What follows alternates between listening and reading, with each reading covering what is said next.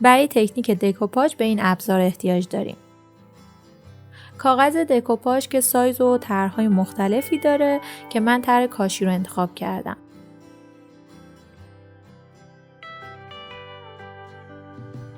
به بیس چوبی احتیاج داریم که من جعبه دستمال کاغذی چوبی رو انتخاب کردم. شما هر چیزی که دوست دارید رو میتونید انتخاب کنید. چسب دکوپاژ میخوایم که چسب دکوپاژ من برند کادنسه، هم مات داره هم براق. برای من یه چیزی بین این دوتاست. قلمو و پالت، قیچی، رنگ سفید اکریلیک و رنگ زمینه که هر رنگی که دوست دارید رو میتونید انتخاب کنید.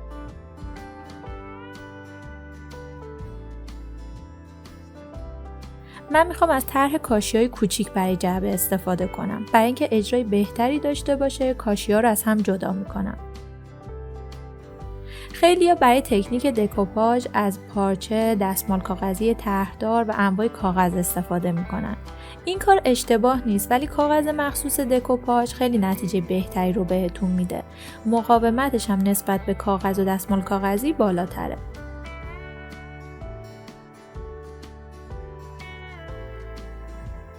خب من طرح هر کاشی رو جدا کردم. به این شکل. حالا اون بخش از کارم که میخوام کاغذ دکوپاژ رو روش بچسبونم و رنگ سفید اکریلیک میزنم. چرا این کار رو انجام میدم؟ چون کاغذها خیلی نازکن، رنگ زیری کار معلوم میشه.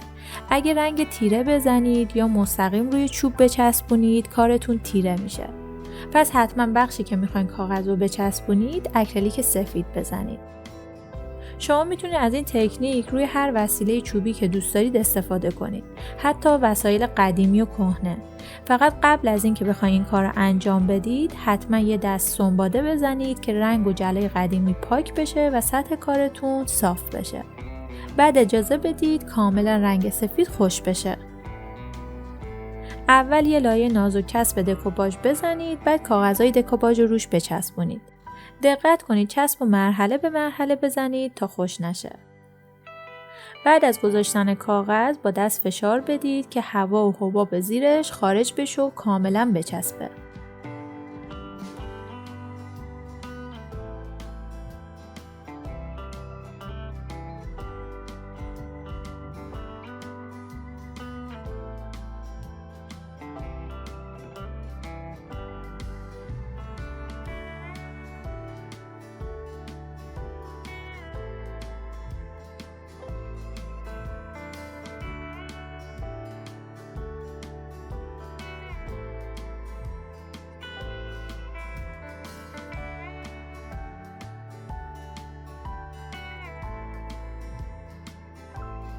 بعد روی تمام کاغذها رو یه لایه نازک چسب دکوپاژ بزنید. اجازه بدید کاملا خوش بشه.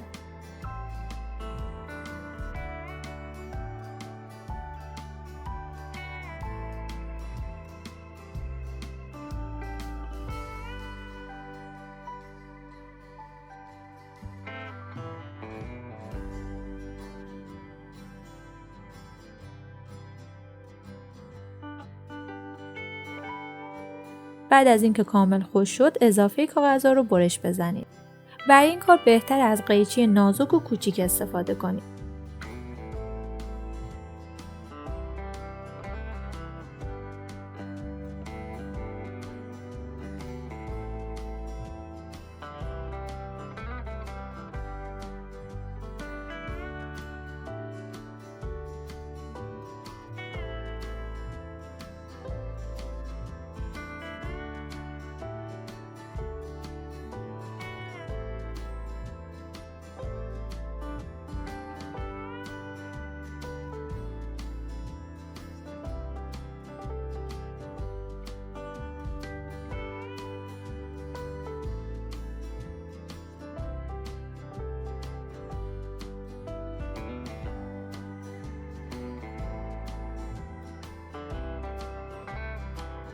حالا با هر رنگ اکریلیکی که دوست دارید بین کاشی‌ها رو رنگ کنید.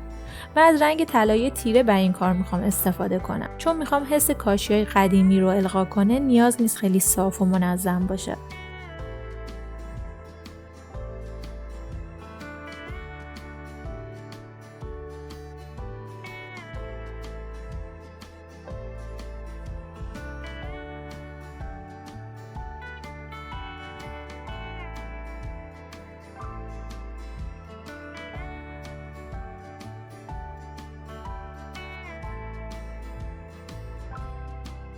برای رنگ کردن بدنه کار میتونید از غلطک ابری هم استفاده کنید.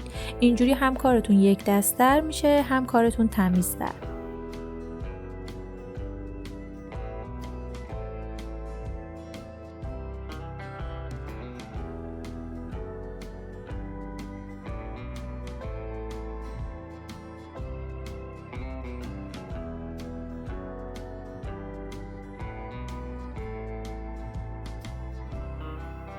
من داخل جعبه رو رنگ نمی کنم چون اصلا دیده نمیشه. منتها اگه شما دوست داشتید میتونید داخل جعبه رو رنگ کنید. بین کاشی‌ها رو یه خط نازک قهوه‌ای هم میکشم. تمام کارم رو رنگ کردم. اجازه میدم کاملا خوش بشه.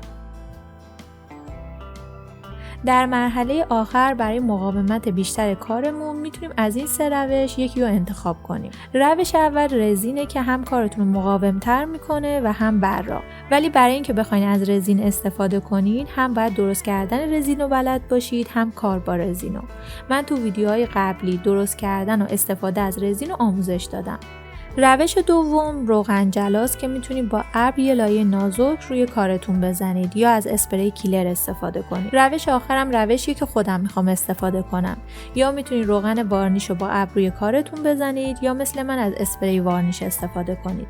حتما این کارو تو فضای بیرون انجام بدید و ماسک بزنید. اول اسپری رو خوب تکون میدم، بعد از فاصله 30 سانتی متری اسپری میکنم تا به صورت پخش و یک دست روی کارم اسپری بشه.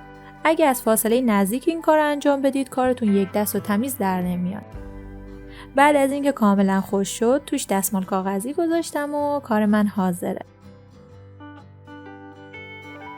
خودم خیلی دوستش دارم. ممنون میشم شما هم نظرتون رو برام کامنت بذارید. اگه دوست داشتید لایک کنید و پیجمو سابسکرایب کنید.